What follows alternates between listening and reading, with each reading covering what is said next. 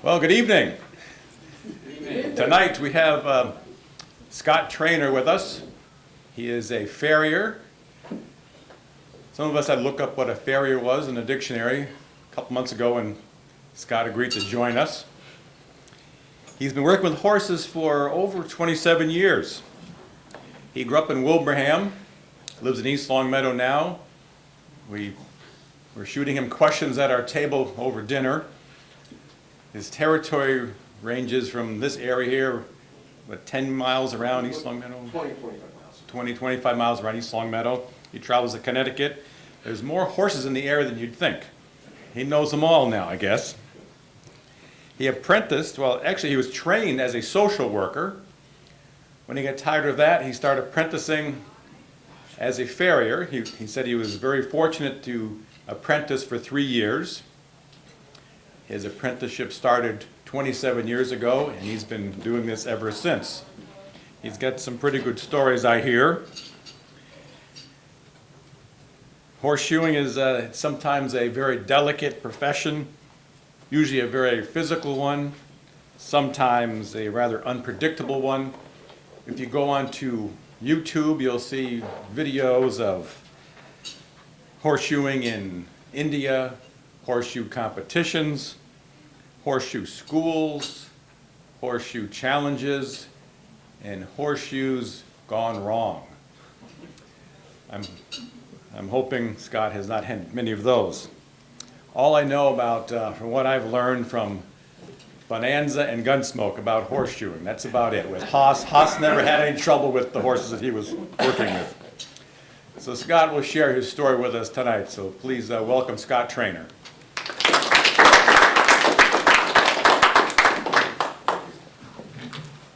Good evening, everyone. Just like to thank you, your group, and Scott for contacting me to come give a little talk tonight. I apologize. As Scott said, I am a farrier, and possibly did the topic come up of me speaking here? Did it come up at some other point in time, and people had to look up what farrier was, or? Because that's, oftentimes in conversation with people, it's quite common to say, well, what do you do? And I tell people, I'm a farrier. And they go, what's that? What's that? Usually the first thing they think is I'm a furrier, so they think that I make fur coats. And then they maybe reassess that, and then they usually ask me where I keep my boat, meaning that I have a ferry that, say down the Connecticut River or someplace like that. Most people don't know what a farrier is, so then I say I'm a blacksmith, but I'm not really a blacksmith. So I say I'm a blacksmith, but I shoe horses. And they go, you shoot horses? And I say, well, sometimes I feel like shooting horses. I mean, quite often I feel like shooting horses and working with them every day. But anyways, I'm a farrier, and a farrier is a blacksmith who specializes in the fabrication and application of shoes to go on horses' hooves. You wouldn't think that there'd be a whole, lot of need for that nowadays, but, there is. Horses, I'm kind of keep track of my time here.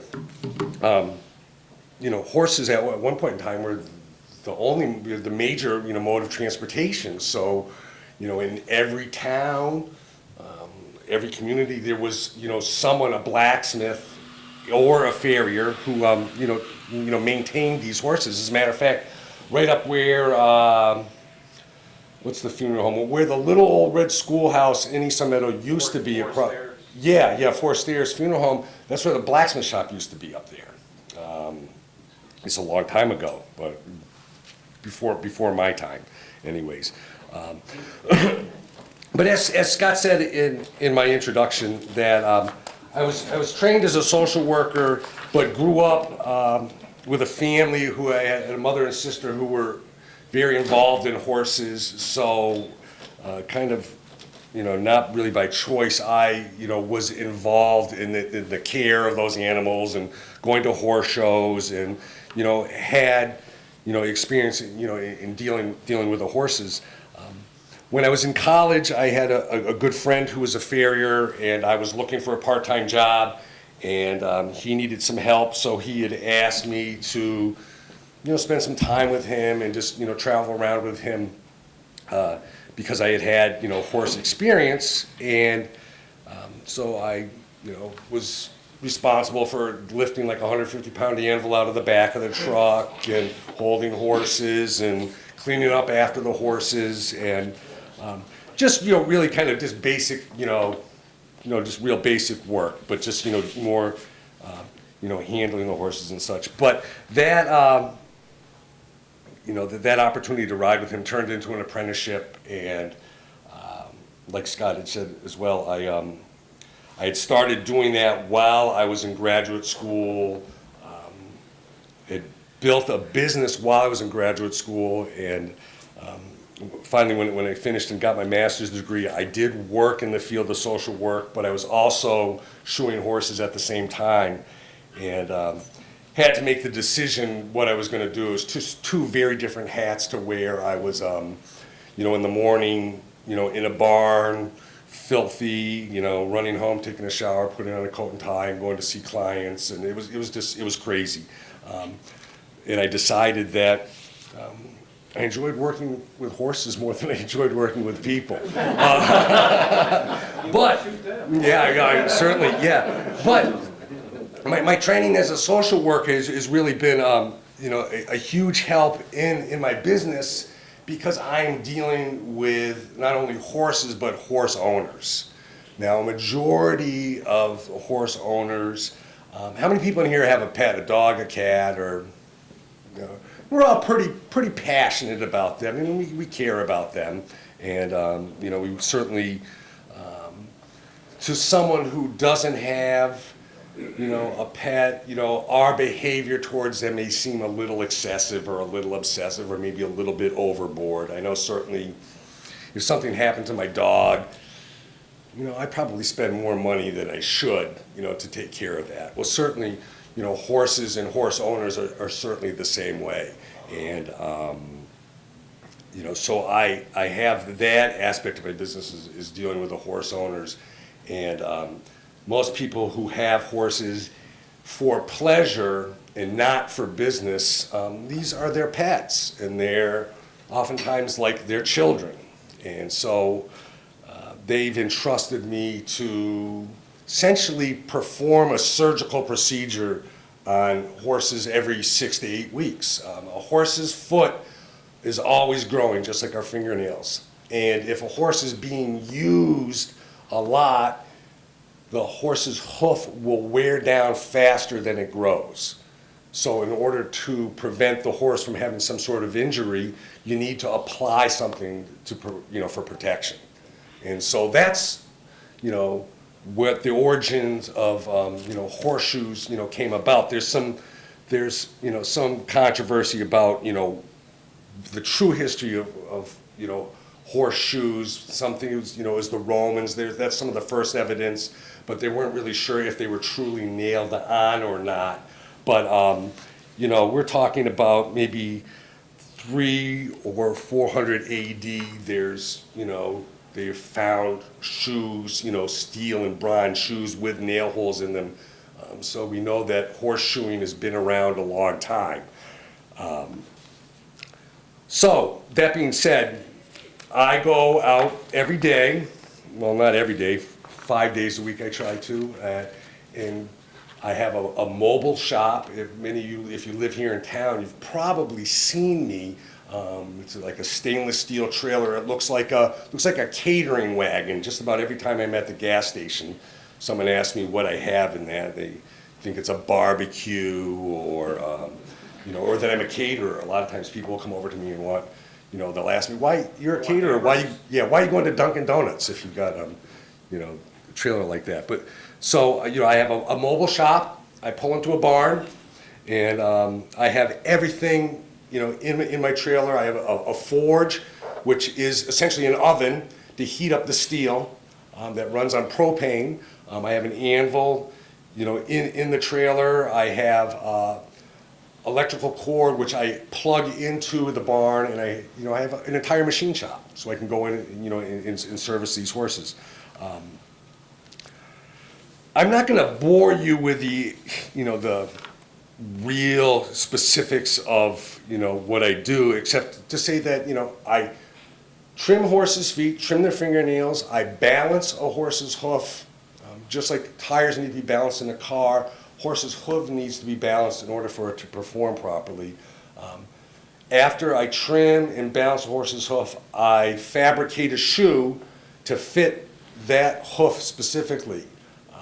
So there's some measurements involved, and then it's shaping of the steel shoe so that it fits exactly on the horse's hoof, and then I nail it on. We use nails. We actually drive nails right into the horse's hoof to hold the shoe on. Now, just like our fingernails, a horse's hoof, if you were to envision like the layers of a tree, the rings of a tree, the first 3 layers of the horse's hoof, though it's alive, there's no nerve endings or sensitivity or true blood supply. So that's all the area in which I'm working in, and that's the area in which the nails go into. There is, on occasions, you miss. I drive 25,000 nails a year. I can't put everyone exactly in the right place. Sometimes you miss. When you shoe a horse, I am holding the horse's leg between my legs, and some horses object to that. And especially when you start, hammering on their foot, so they'll pull away, and it's, it can be pretty dangerous, pretty jumpy. So accidents happen. So so we use nails, put the shoes on. There's a process which we finish the job, which just ensures that the shoes stay on, and I would return generally in 6 to 8 weeks, because the horse has grown that much, and to remove the shoes and trim the feet and put new shoes back on. Now sometimes you can reuse the same shoes which I've made for the horse if the horse hasn't been ridden a lot, and the feet haven't worn, if the shoes haven't worn down, and then I can put the same shoes back on. But oftentimes when people are riding a lot, or particularly if they're, say if you got police horses or something like that that are on the pavement, the steel will wear out quite quickly, and so they need to be replaced quite often. I give a lot of these talks, but it's usually to horse people, so that there's I focus on very specific things that they can do to make my job easier. But maybe I could talk a little bit about that. A typical day for me is I'll use today for example. Most horses average 1,000 to say 1,200 pounds, and most of them live in a barn, but they spend the majority of their time outside. And I work on their feet, and past week we've had a tremendous amount of rain. So these horses are turned out to pasture. They're absolutely covered in mud. And people are hiring me to do a job, and I show up to the barn, they bring the horse in, and it's essentially covered in mud up to about its waist. And then I'm expected to put that horse's leg between my legs and hold on while it's trying to pull away, and it's like trying to hold a greased pig. And they're asking me generally to do that in a room that's probably lit about as well as that room is over there, because most barns the lighting is very poor. And they're asking me to put shoes or drive nails into a horse's hoof, and I have probably about 4 millimeters in which I have an area to work in where I can safely put the nail into a horse's hoof. And then I'll do the job, and I'll hand the person the bill, and then they'll complain about what I'm charging them. And a lot of times I got to bite my tongue because I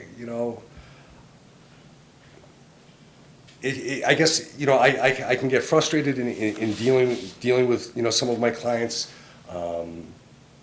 who I don't think take into consideration the difficulty, or how hard the job is that I have. And, the one person who I wish appreciated how difficult my job was is my wife, who doesn't, I think doesn't sometimes appreciate how, just how physically, hard it is. But again, it was a choice that I made, and, I, all in all, do not have any regrets, with this profession. I tell people I have the best office in the world, because I'm outside all the time, and I'm fortunate enough to get to travel. And I've been afforded the opportunity to meet people who I never would have met, any other way. A lot of these people who own horses,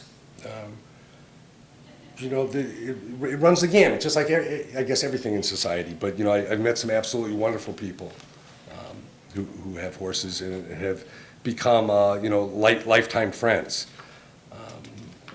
I think at this point in time, with what little I did share with you, I know when what I do for a job comes up in conversation, people generally kind of have some questions. And I think that oftentimes that leads to more interesting discussion than me just standing up here and telling you, well, I shaped the shoe and I nailed it on and I do that. I know it's certainly at the table. There was a question which I hear all the time. You ever been kicked? Yes, I've been kicked. You pick up a horse's leg, horses kick. So on occasions, that does happen. And I've been bitten. I've been stepped on. I've had horses fall over on top of me. I've, had horses die when I'm working on them. I have a heart attack. It happens. It happens. I've fortunately not had a client die. That'd be a different story. But certainly, I've had horses do that. Yes, sir.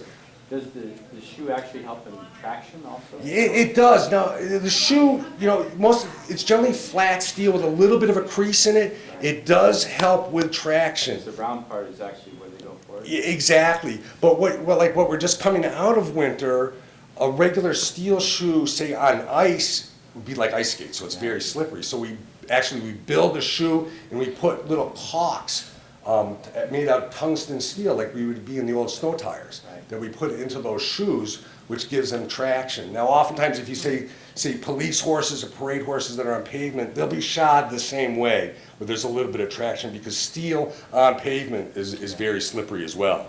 Yes. So what is an average cost for a horse? Average cost, it's interesting. It's very regional, and it varies from farrier to farrier. So there's no standardization. I say a horse with 4 shoes, I get not $400. I wish I got $400. I get $200 to put 4 shoes on a horse. But I have colleagues that are charging as little as $85. Then I have colleagues that are charging as much as like $425 to do that. A lot of it depends on where you are, and unfortunately, there are some people, other farriers, who charge according to what kind of vehicles are in the parking lot at the barn that they pull in, which is the truth. And certainly, if I'm shoeing horses that say the people live up here and they're bringing those horses to Florida for the winter to show, they're willing to pay more money, and they're going to pay more money, and oftentimes those horses are very valuable, so you would charge more. Do you get a lot of work at the Big E?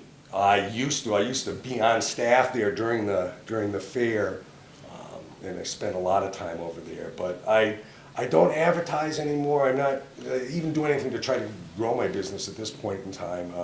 My son is currently apprenticing with me, and hopefully he will eventually take over the business. Then I'll work for him. And if the time comes when I'm 100% sure that he's going to stay in it, I think we'll do a little bit to try to grow the business. But right now, it's all repeat work. Scott? Yes. I have 2 questions. Sure. The nails you insert, do they have any ribs on them that help them adhere better to the hoof, or just straight nails? I apologize. I again, do this is kind of an old craft, so I'm not like really up on PowerPoint presentations and things like that. But the nails that we use are not like the nails that you get in the hardware store, okay? There's a little bevel on the tip, because when you drive the nail into the hoof, it comes out the side of the hoof, okay? So as you drive it in, the bevel causes it to kick out to the side, okay? It's smooth. Once that nail comes out to the side, there's probably about that much sticking out, which you then cut off. And there's a tool called the clincher, which you fold it over so it actually makes a little hook. And so that it holds into the wall of the hoof. And it keeps the shoe on that way. Yeah. My second question. Yes. I don't own a horse, but being a former baseball catcher, you wear a cup when you work. No, but there's been several times when I wish I had. Several times, yes. Yes. It's a dumb question, but do they have, like, we have shoes, rubber soles. Some horses have rubber shoes? Yes, they do. There's all kinds of therapeutic shoes. There's shoes made out of rubber, aluminum, titanium. They're coming out now. There's some of them that are copper treated. But a majority of the horseshoes are made out of steel. But between the shoe and the hoof, oftentimes we will apply, say, plastic wedges and or even leather for padding. You know, so some horses, if it has, say, a leg injury and it has hurt the tendon in the leg and we want to raise the heel, so we'll make a shoe and put a lift in the back. So oftentimes I work closely with veterinarians if there's been certain injuries or there's certain diseases that, you know, that we're trying to change the way in which the horse is standing and the way in which the horse is moving. So There yeah. is such a thing, different kinds of shoes. Oh yeah, most definitely. Yeah. And you carry all those with you? I carry, you know, probably about 6 or 7 different types of shoes. Then I can either modify those which are pre-made, but then I also carry just straight, you know, steel bar stock, in that which I would cut to length and, you know, make it into the shoe. So however we've got to make it, you know, I can make, you know, whatever it needs to be right on site. Yeah. You're talking about the oven, how hot does that oven get to? About 2,200 degrees. So, and you know, I'm literally, when I'm working, it's, say, from the microphone to me right there. So you don't get a day that's 90 degrees and you're standing next to it. It's hot, and it can be quite uncomfortable. But it runs on propane, which is nice, as opposed to some of the old ones ran on coal. So you'd start a fire in your truck and it was going all day and you're driving around with a smokestack and the fire coming.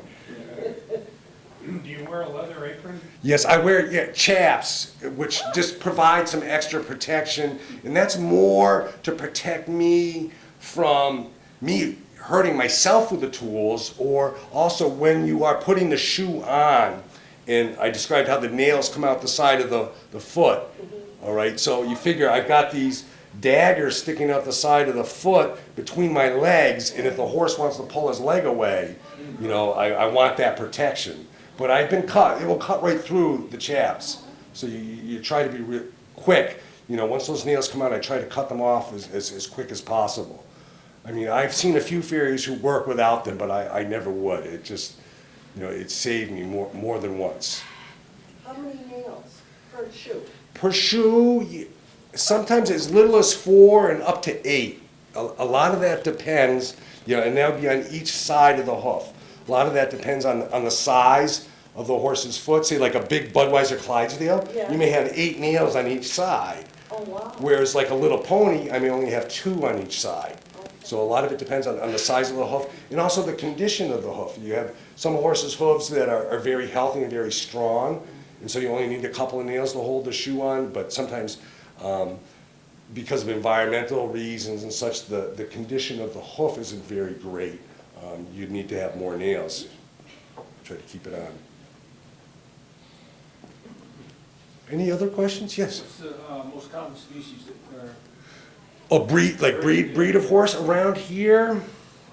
I would say probably right now what we would call a warm blood.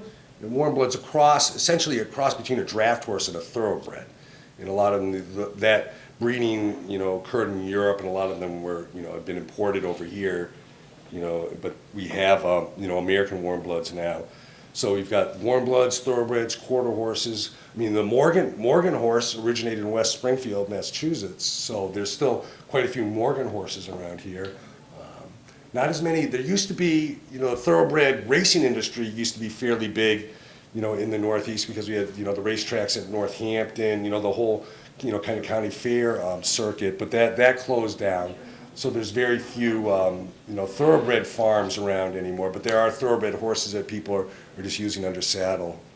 There still are some, standardbreds, harness horses, but not the other ones. Yes? What about regulations? You can't do anything. I mean, if we're Lions Club, if we're gonna be doing something for an event, you have to have health permits and all this other stuff to be okay. What type of regulations, on average, not every single one, but on average, do you have as a farrier? Very few, very few. In terms of, say, licensing, in the United States, it's completely voluntary. Whereas in Great Britain, it's unless you are, a licensed, certified farrier in Great Britain, it's against the law for you to do anything to your horse's feet. So even as a horse owner, if you wanted to do something, you could be arrested for that. In the United States, there's 2 professional organizations that offer voluntary licensing. But that's one thing that has not happened yet. I think it's just a matter of time before that occurs. And I'm kind of in favor of that. Being in this business for as long as I have, someone can go away to farrier school for 8 weeks, learn the basics, and come out and call themselves a farrier, and you can do a lot of damage. You can ruin a horse by doing an improper job.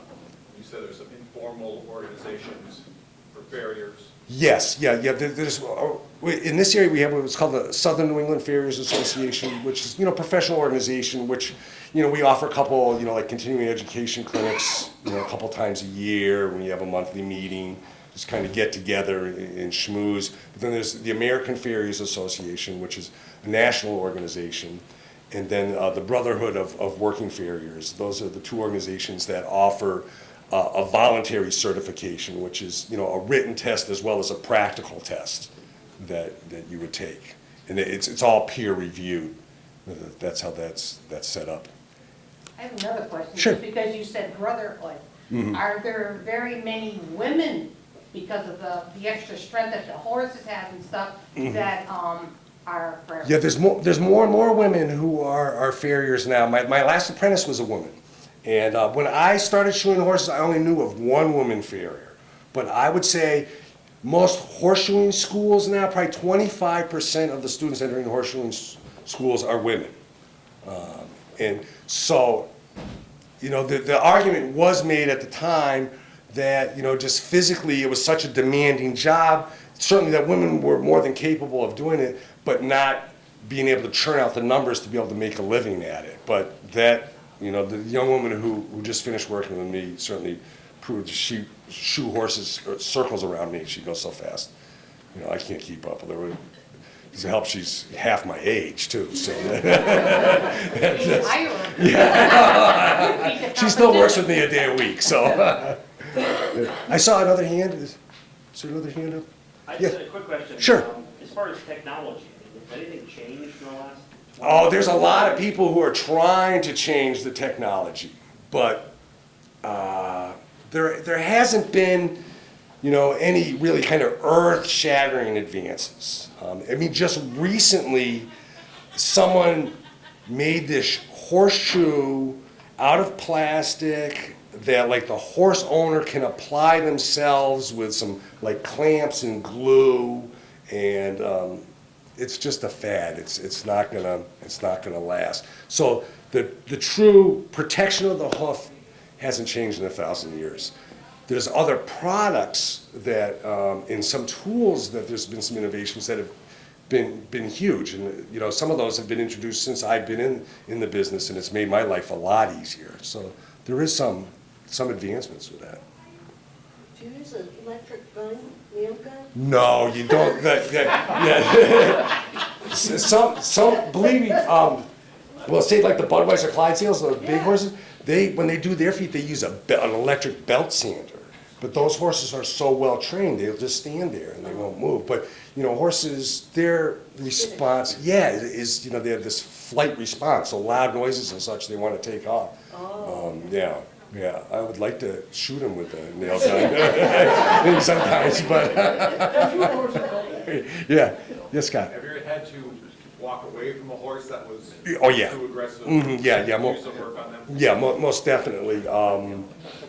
Yeah, but like, say if I got a cold call, someone saying, "Oh, Scott, I've got a horse. Can you come out and shoot it?" There's questions that I would ask them. Generally, why did you call me? Who did you get my name from? Who was taking care of your horse before? How well do they stand?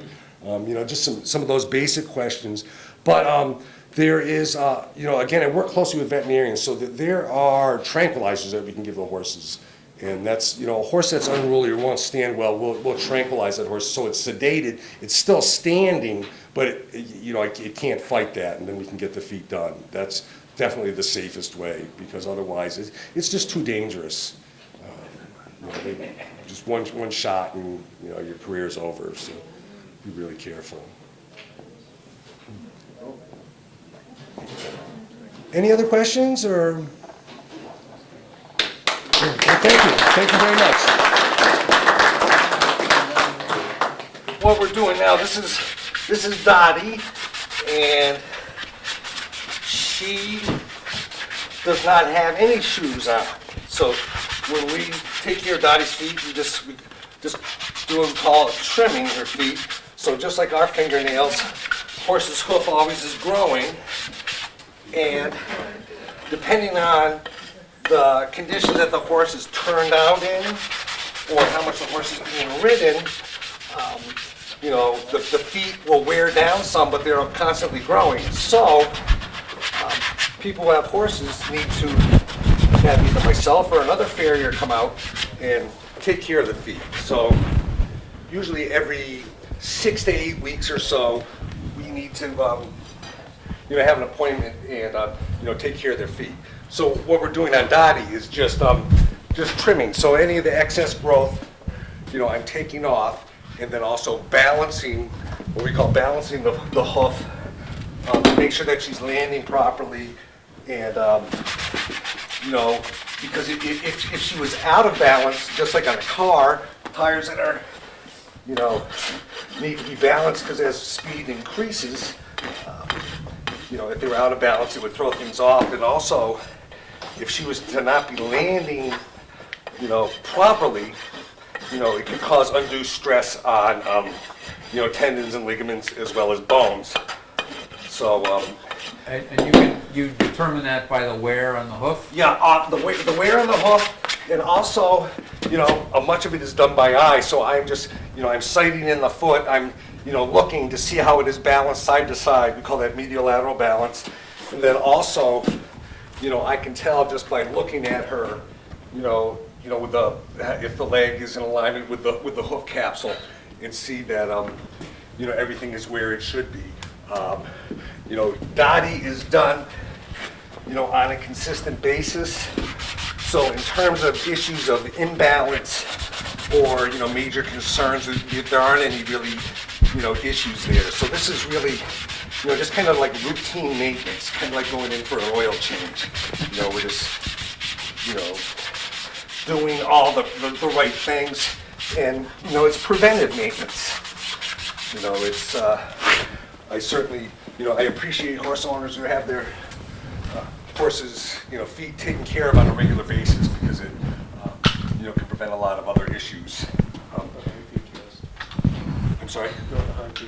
No, we're good with that. So this on her front feet here, she's, again, you can see she doesn't have any shoes on. Jack and the nippers.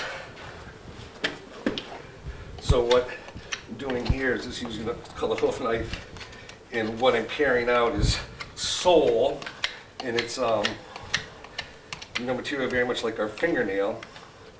there are sensitive structures beneath that that I need to take into consideration, when trimming. I don't want to take too much foot off of her. And also, given the fact, this time of year, in January or in the winter, the ground is frozen and we don't have any snow cover. So certainly, just like you or I, if we were to take our shoes off and go outside and walk across the frozen ground, and particularly if there was mud that had frozen, it'd be quite uncomfortable. So I do not get as aggressive in the winter in terms of trimming the feet. In the summer I may take a little bit more foot off than I would this time of year. You want to leave some protection here so she does not get sore. So again with her, because Danny uses her quite a bit, she wears her feet down. There's not an excessive amount of growth for me to take off. Some horses, there would be more for me to take off. So when I was referring to the balance, this here, I'm looking at the balance of the foot, and when I do that, I'm seeing, if we call the cannon bone in the lower leg here is in alignment and, we're balanced side to side. And that's, done by eye. There are a couple tools that are sold to do that, but whether they really work all that great, I'm not sure. I'm not 100% on board with that. And then again, once I look at it that way, I'll look at it from the front and, and see how things look there, and she looks pretty good. So after I've trimmed the bottom of the foot like that, I'll bring the foot forward on the hoof stand here. I don't know if you'll be able to see this or not, but this is the majority of my customers are women, and they get a little envious at this point in time because they really feel that this is a pedicure that I'm giving them, and making the hooves look all pretty. So we'll offer that opportunity to some of the women, but they don't take us up on it very often. Even with that file? I tell them with that file, I say, but you have to sit still, because if I slip, I may take your toe off, or your finger off. Okay. Now you see how she's sniffing my back right now. This job, horses will bite. So I should be pretty aware of that she's just sniffing me. Some horses I would not even let them even begin to sniff me because it's a precursor to being bitten, and that hurts. So what I'm doing here, I'm just using a sanding block. And that just kind of finishes the job and makes it look pretty. Doesn't really serve any true purpose except to make it look nice and makes the hoof nice and smooth. Good girl. You're a very good girl. Okay, so this is Maria here that I'm getting her feet ready to put some shoes on.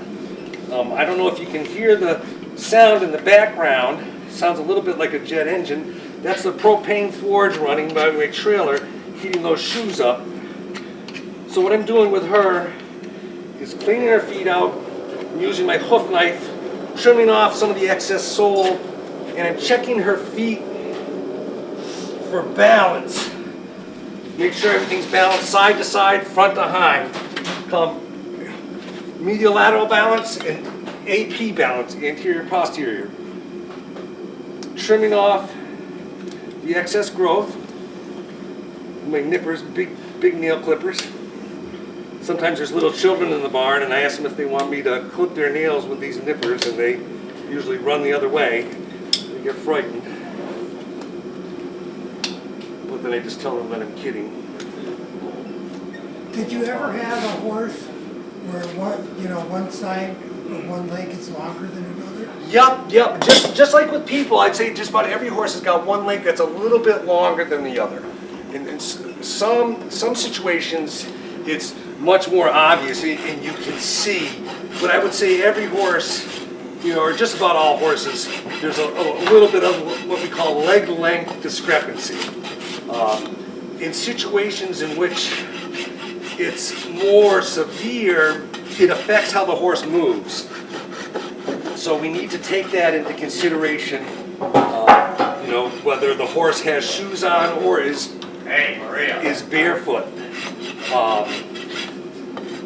You know, and if, with shoes, we may have to, you know, put a shoe on and build the thickness up of the shoe, usually artificially with a plastic or leather pad, you know, to compensate for the difference, you know, in leg length. But most horses, my experience has been, when you try to fix what nature has done, sometimes you create more problems than you're actually fixing. So unless it's really an issue, you know, I don't, you know, get too caught up with that. Easy, honey. Easy, honey. All right, so that first foot is trimmed and is ready for a shoe. I'll trim the other foot and then go back over to the forge and the anvil and shape the shoes. Get it ready. Jack, could you bring me the ruler, please?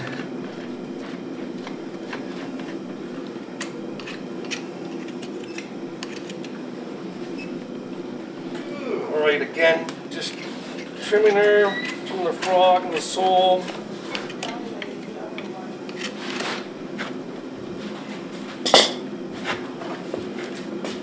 Just be careful behind her.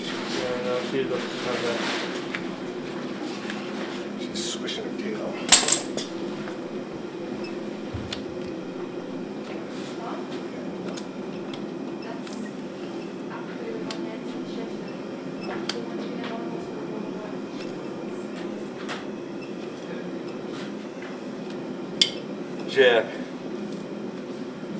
Jack? Yeah. When I'm making those shoes, would you dress her front feet for me?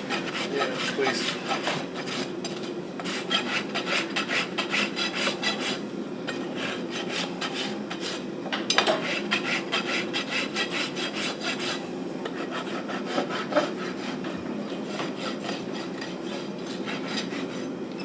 All right, again, just trimming, balancing, getting, this is all just preparation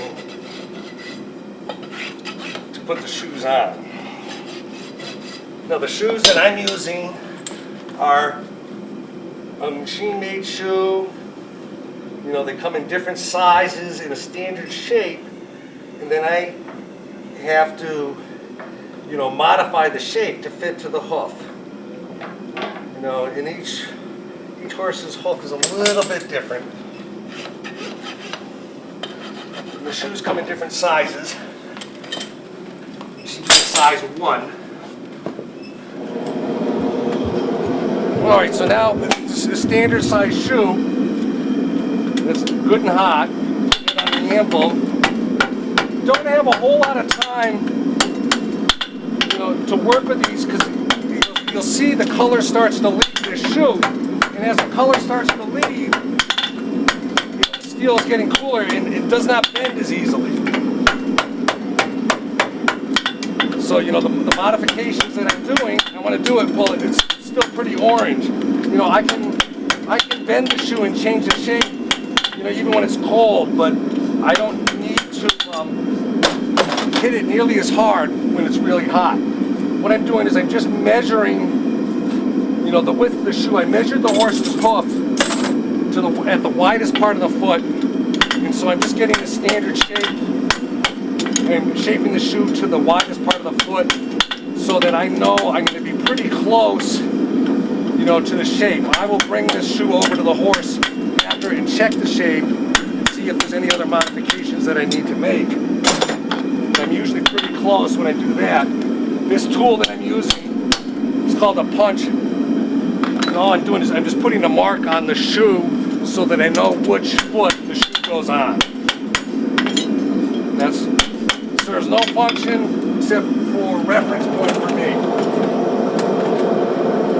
You can see it's a great hand warmer in the winter.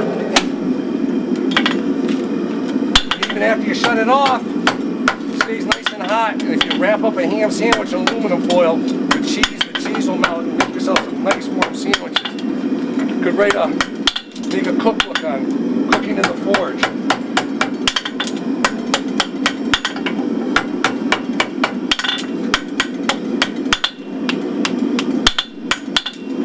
again, what I'm doing is just, you know, getting the general shape of what that foot is, and, you know, I have the measurements of how wide the foot is, and then just, you know, I have, you know, kind of a mental picture as to what that foot looked like. And I know our feet are 5 inches wide at the widest part. So I'm close there.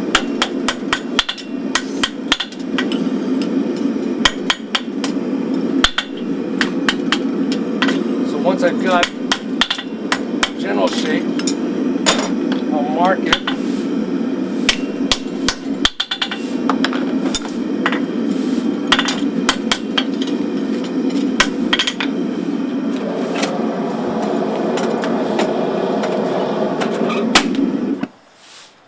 That's a little too hot for what I want to do. That would stay hot a long time. Yeah, it's a little hotter than I want. Because if it gets too hot, it will distort my tool, you know, the tools. What I'm doing here is this is just called back punching. I'm just making the nail holes a little bit bigger.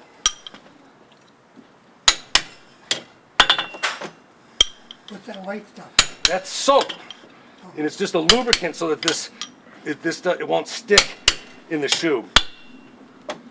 So it just, you know, yeah, it comes in and out easier. If not, it would get stuck in there. All right, so I've got the general shape. So what I'll do now is I'll bring this over, and we're going to check the fit on Maria and see how close we are to having a good fit. Yeah, she may not be a fan of this. We will find out quickly. Oh, easy, sweetheart.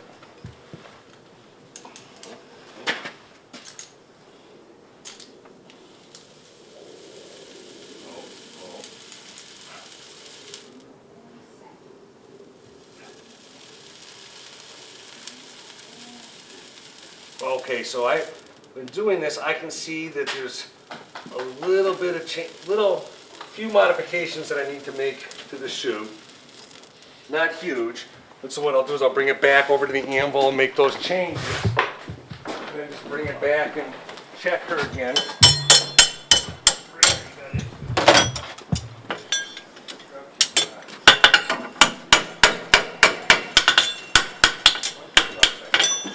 And you can see now there's no color in this, so it's gotten a lot harder. And actually, I've lost so much heat that I'll throw it back in the forge to get a little bit more heat back in it. And then do the changes that I